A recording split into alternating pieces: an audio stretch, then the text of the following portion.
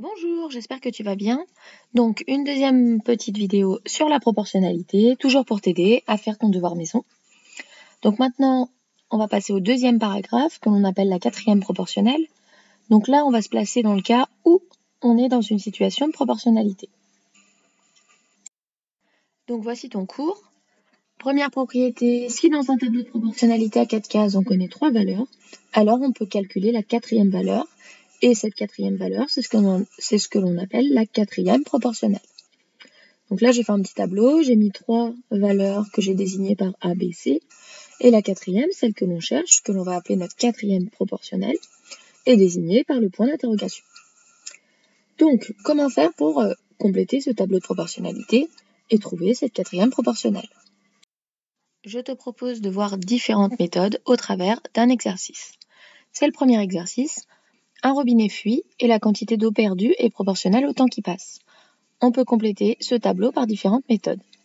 Et donc on a un tableau avec le temps en heures, 4, 6, 7, 10, 15, et la quantité d'eau perdue en litres. Et on nous donne une information, c'est qu'en 4 heures, le robinet laisse évacuer 10 litres d'eau. Une première méthode, c'est le passage à l'unité. Donc en 4 heures, on perd 10 litres d'eau. On cherche à savoir en 1 heure, on perd combien? En 1 heure, on perd 4 fois moins. Donc je vais faire 10 divisé par 4, 2,5. Et donc ça va me donner, en 1 heure, je perds 2,5 litres.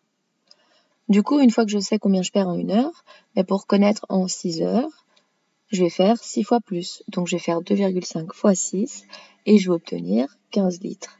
Ça signifie en 6 heures, je perds 15 litres d'eau. Deuxième méthode, je peux utiliser le coefficient de proportionnalité. Donc, je cherche dans mon tableau quel est le coefficient de proportionnalité. Pour le trouver, je fais le plus grand nombre divisé par le plus petit. Donc, 10 divisé par 4, j'obtiens 2,5. Ça veut dire que mon coefficient de proportionnalité, c'est 2,5. En fait, le coefficient de proportionnalité, on le retrouve quand on a le 1 du passage à l'unité. Et donc, du coup, pour savoir en 7 heures combien de litres d'eau sont perdus, eh bien, je fais 7 fois le coefficient de proportionnalité. Donc, 7 fois 2,5 et j'obtiens 17,5. Donc en 7 heures, on perd 17,5 litres d'eau. Donc je continue avec les méthodes. On peut aussi utiliser les propriétés du tableau de proportionnalité.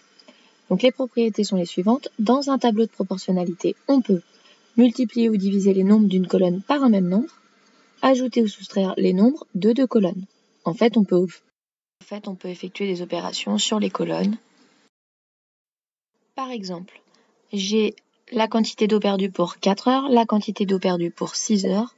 Donc pour avoir la quantité d'eau perdue pour 10 heures, je vais faire la quantité d'eau pour 4 heures, plus la quantité d'eau perdue pour 6 heures, et ça va me donner 10 plus 15 égale 25. Donc en 10 heures, j'aurai perdu 25 litres d'eau.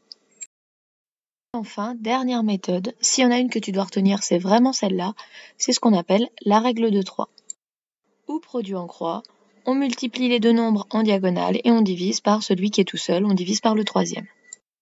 Ici, je veux trouver la quantité d'eau perdue pour 15 heures. Premier calcul, je multiplie 10 par 15, les deux nombres en diagonale, et je divise par le troisième, donc je divise par 4. Je fais 150 divisé par 4, j'obtiens 37,5. J'ai calculé ma quatrième proportionnelle. J'insiste vraiment, mais la règle de 3, c'est une méthode à maîtriser. Si jamais il n'y en a qu'une que tu dois retenir, c'est vraiment celle-là.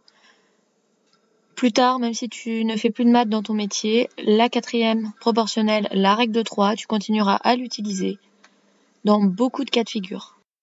Que ce soit pour transformer une recette pour 4 personnes en recette pour 6 personnes, que ce soit pour calculer la quantité de pots de peinture à acheter pour repeindre la surface et les murs de ta chambre, que ce soit pour calculer un pourcentage de réduction au solde ou un pourcentage d'augmentation, une augmentation de salaire, etc.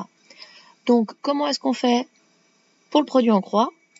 Tu as 3 nombres, tu les mets dans un tableau, tu cherches à calculer le quatrième. Les deux nombres qui sont sur la diagonale, tu les multiplies et tu divises par le troisième nombre.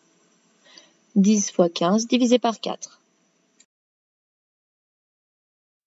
Je m'arrête là pour cette deuxième vidéo. Dans le devoir maison, tu as encore une liste d'exercices à faire. Donc tu les fais, toujours partie exercice dans le cahier. Et je te dis bon courage!